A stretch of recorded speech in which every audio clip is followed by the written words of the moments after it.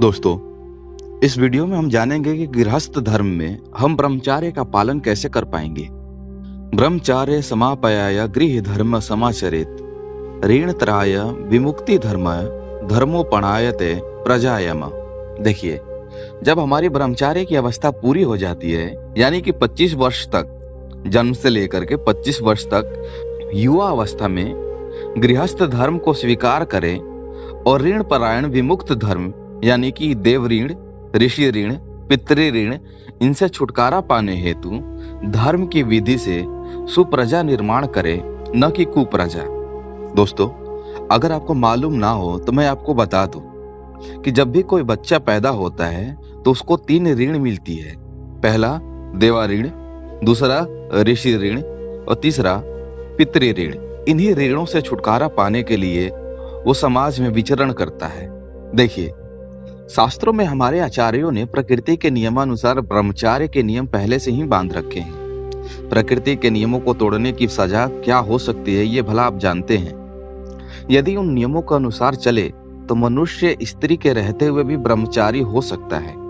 अखंड ब्रह्मचारी और गृहस्थ ब्रह्मचारी में यद्यपि बहुत फर्क होता है, तब भी धर्म नियम इनके अनुसार चलने वाला गृहस्थ ब्रह्मचारी महान तेजस्वी, ओजस्वी, यशस्वी, मनस्वी अर्थात मनोनिग्रही और सामर्थ्य संपन्न होता है। जिस स्थान में सच्चा ब्रह्मचारी पहुंच सकता है, उसी स्थान में सच्चा गृहस्थ भी पहुंच जा सकता है।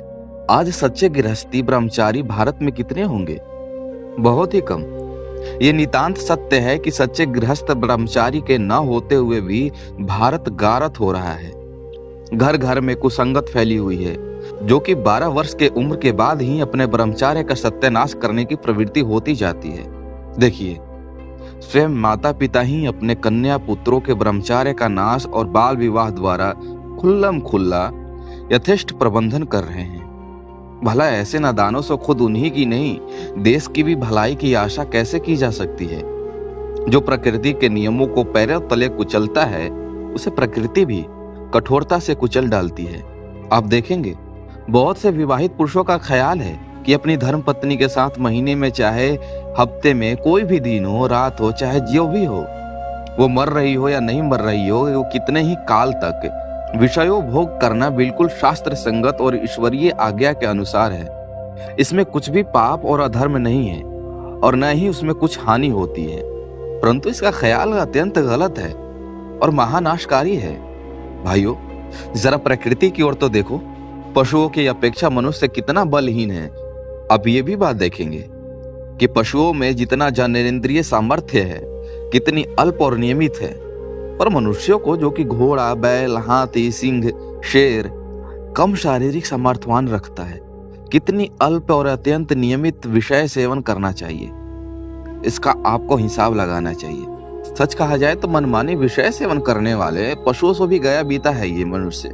देखिए, ऋषियों का एक सिद्धांत रहा है, ऋतावृतो स्वादरेषु संगरित्य विधानतः ब्रह्मचार्य तेवो देव गृहस्थ श्रवणिनी शासनम। देखिए, ऋतु काल में अपनी स्त्री से यानी कि धर्म पत्नी से विधि युक्त अर्थात शास्त्रों के अनुसार केवल संतान के हेतु समागम करने वाला पुरुष गृहस्थ आश्रम में रहते हुए भी ब्रह्मचारी ही है। संतानार्थ च मैथुनम, ये स्पष्ट और सख्त शास्त्राज्ञा है। याद रखो, मास में ऋतु काल में केवल 2 ही रात्रि में जो धर्म शास्त्रानुसार स्त्री सेवन करता है, वो धर्मात्मा पुरुष और स्त्री हमेशा ब्रह्मचारी रहते हैं। इनमें ऋतुकाल ये शब्द अत्यंत महत्व है। देखिए, तो जो ऋतुकाल शब्द है, इस शब्द का अत्यंत महत्व है। ऋतुकाल का मतलब स्त्री के रजो दर्शन काल का चौथा ही दिन नहीं है। उस दिन यदि शिवरात्रि, एकादशी, अन्यथा नवरात्र आया हो तो, अथवा घर में कोई मर गया हो तो क्या उस दिन कमारी पुरुषार्थ करना ही होगा? नहीं, कदापि नहीं।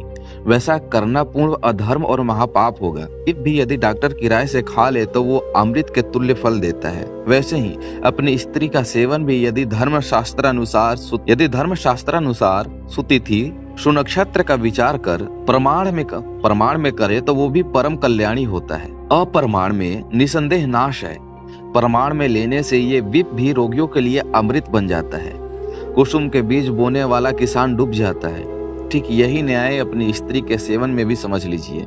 याद रखो, धर्म के अनुसार धर्मानुकूल चलने से ही गृहस्थी में भी ब्रह्मचर्य का पालन कर सकते हैं। घर में चाहे जैसे भी शूर वीर श्रेष्ठ पुत्र पुत्रियां उत्पन्न कर सकते हैं, अन्यथा पर दारागमन न करने से भी मनुष्य व्यभिचारी पद को प्राप्त होता है और उसकी सब तरह से दुर्गति होती है। जो धर्मनत्व को त्याग करके इंद्रिय वश हो या स्वेच्छाचार अर्थात अपनी मनमानी करता हो, शीघ्र ही धन प्राण स्त्री पुत्रादि सभी नष्ट हो करके उसकी महान दुर्गति हो जाती है। और जो धर्मानुसार चलते हैं उसको देखते ही देखते सब तरह से उत्कर्ष होता है और अंत में सद्गति प्राप्त होती है। तत्मा सर्व प्रत्यन धर्म शुक्रो च रक्षता। इसीलिए सर्व प्रकार से प्रत्यंत पूर्वक होकर के धर्म और ब्रह्मचारी की रक्षा कीजिए, क्योंकि धर्म ही जीवन है और अधर्म ही मृत्यु है, तथा ब्रह्मचार्य ही जीवन है और वीर्यनाश मृत्यु है।